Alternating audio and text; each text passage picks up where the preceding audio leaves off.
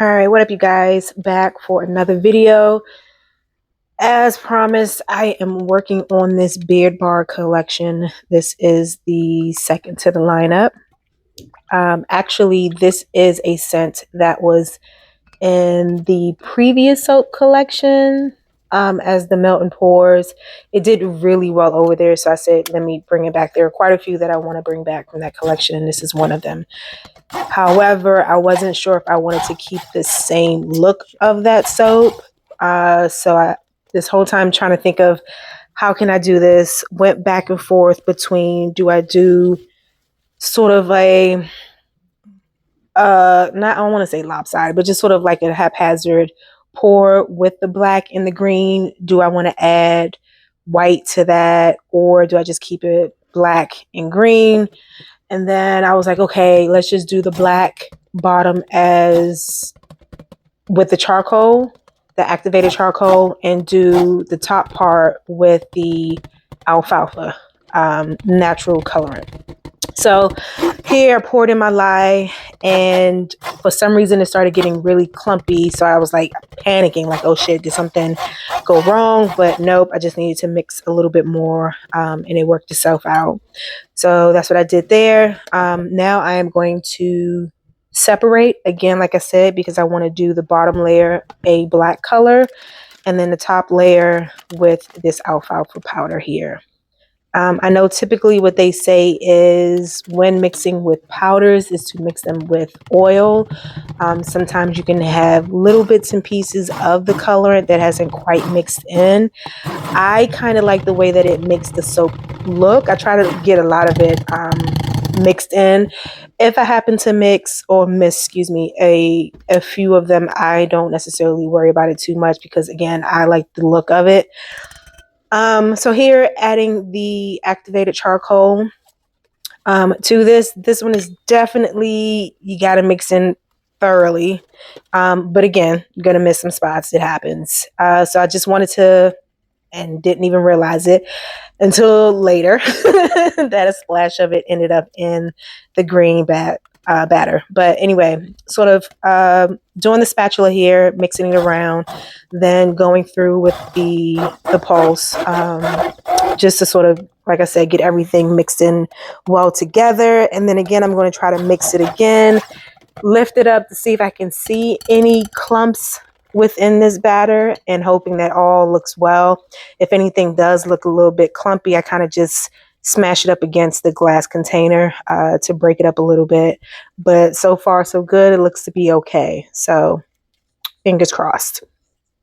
I'm loving the fact that, and I think most now soap makers can attest to this, is that once you find sort of an ingredient list that really works well and allows you the time to set up, and you don't feel like you have to rush to get it in the mold, it's the best feeling in the world. Like, I was just like, I know this fragrance did really well with the melt and pour that I did the previous collection.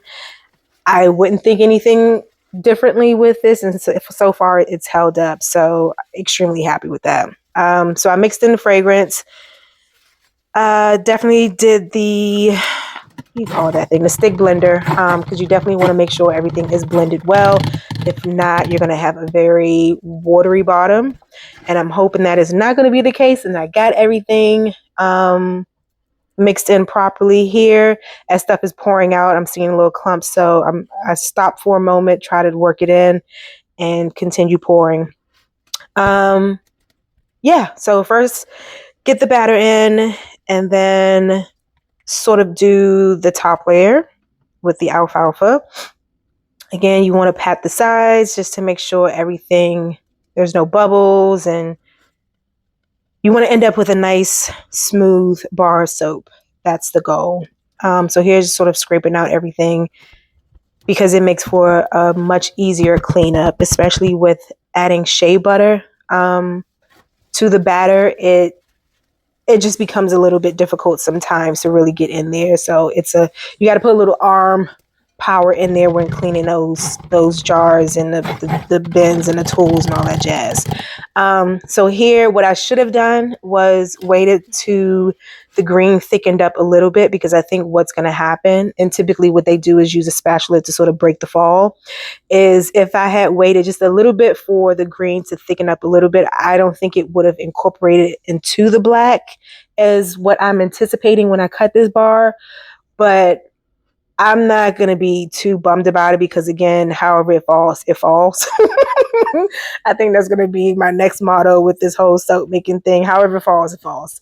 But so far, so good. It's smelling good. The room is smelling good. And now I'm just going to crush up some bay leaves. But again, tap, make sure you get the bubbles out.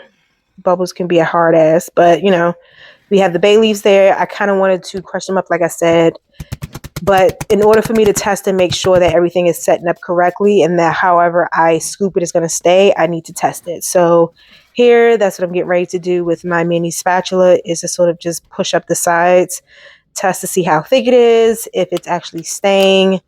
And yeah, I think the guys are going to like this one.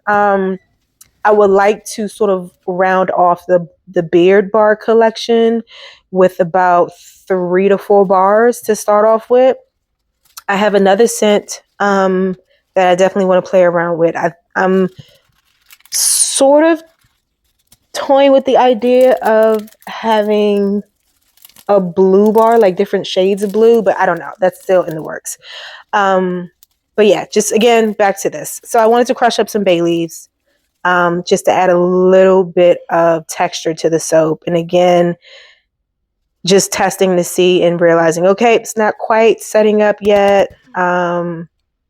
Let's just try to clean up as much as we can on the sides, less breakage. And then again, just going to continue to do the swoops to see how it falls. And I think at this moment, I'm just like, okay, just in case you end up wasting too much time and it sets up too fast, let's at least get the bay leaves on the soap so it has time to like actually sit in there and not move and just be stuck. Be stuck to it. Because sometimes when it gets too hard, you can't put anything on top at that point. It's just going to fall right off. So wanted to make sure I get in there before it sets up, and now I can do my little scoops and swirls and sort of thing. I know I said I was going to keep it simple for the guys, but like I can't help myself. So yeah, I just want to push things down, add a little bit more bay leaves. I think overall the bar, as you guys will see, turned out really nice. I'm not sure how it's going to cut, but I enjoyed this one. Yeah, just doing some more. Now it's starting to thicken, a little bit. And I think what I realized is I don't like the little waves at the top. So I ended up getting chopsticks. And this is what you're going to end up finding. You're going to find that every little thing could create a cute little design in your soap. So yeah, I have spatulas. I have a chopstick. I have a fork. I have a spoon. You name it, anything that will create a cute design, you kind of just test it out. So that's what I did, and really happy with this. Yep, I can't help myself. I just gotta fill in the spaces as best as I can, but I'm gonna keep going, clean up the sides. And because I have some time, because it's just starting to set up, I can start to put some things away, put some things in the trash, put things back in order, get the table back clean. And so that way I can do a close-up for you guys in a little bit. But yeah, loving this. Oh, I actually got my brother to try it. Yes, it's the first time that he's tried it. He's going to give it a few more days, but he said off of the first use, it definitely lathers like really, really well.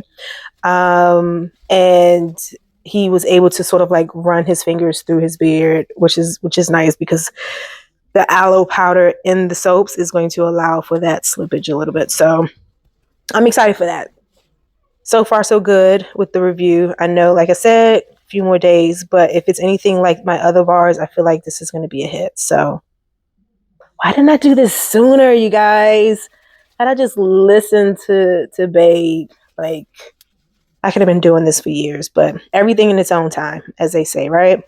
But anyway, stay tuned for the D mode and the cutting session if you want to stick around for that. I will update the calendars. The calendar, pop-up calendar. I have a couple things coming up that I want to put on there so you guys can be aware.